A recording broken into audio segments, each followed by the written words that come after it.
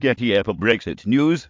David Davis sparks resignation rumours amid backstop disagreement. Hold-ups around the failure to secure sufficient support from senior ministers, with Downing Street hoping to publish the document on Thursday, after briefing Brussels on its content.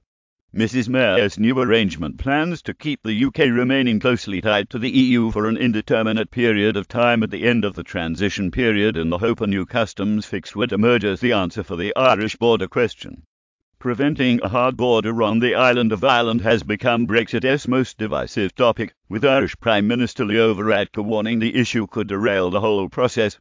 The Prime Minister rests plans to keep the UK aligned to Brussels for an indefinite period as her latest attempt at winning over the EU 27, but has faced domestic stumbling blocks while trying to win support of her so-called Brexit war cabinet. David Davis is at the heart of the blockage, with his refusal to back down and a demand for a time-limited plan.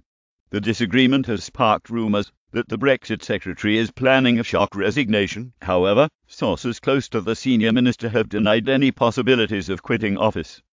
Other Brexiteers are also preparing to confront the Prime Minister at a meeting of her Brexit war cabinet on Thursday.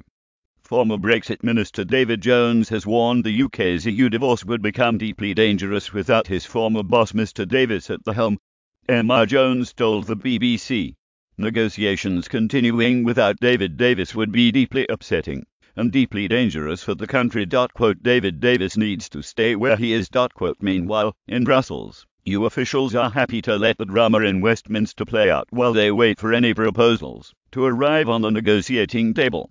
The US team had expected the document to be at least presented to them on Wednesday as part of the week's negotiations. However, even if Mr Davis is able to convince the Prime Minister to offer a time limited, Brussels would likely turn it down. An EU official said, "You're leaving unanswered the question of what happens in, say, 2023, or whenever it expires. The idea is to avoid that.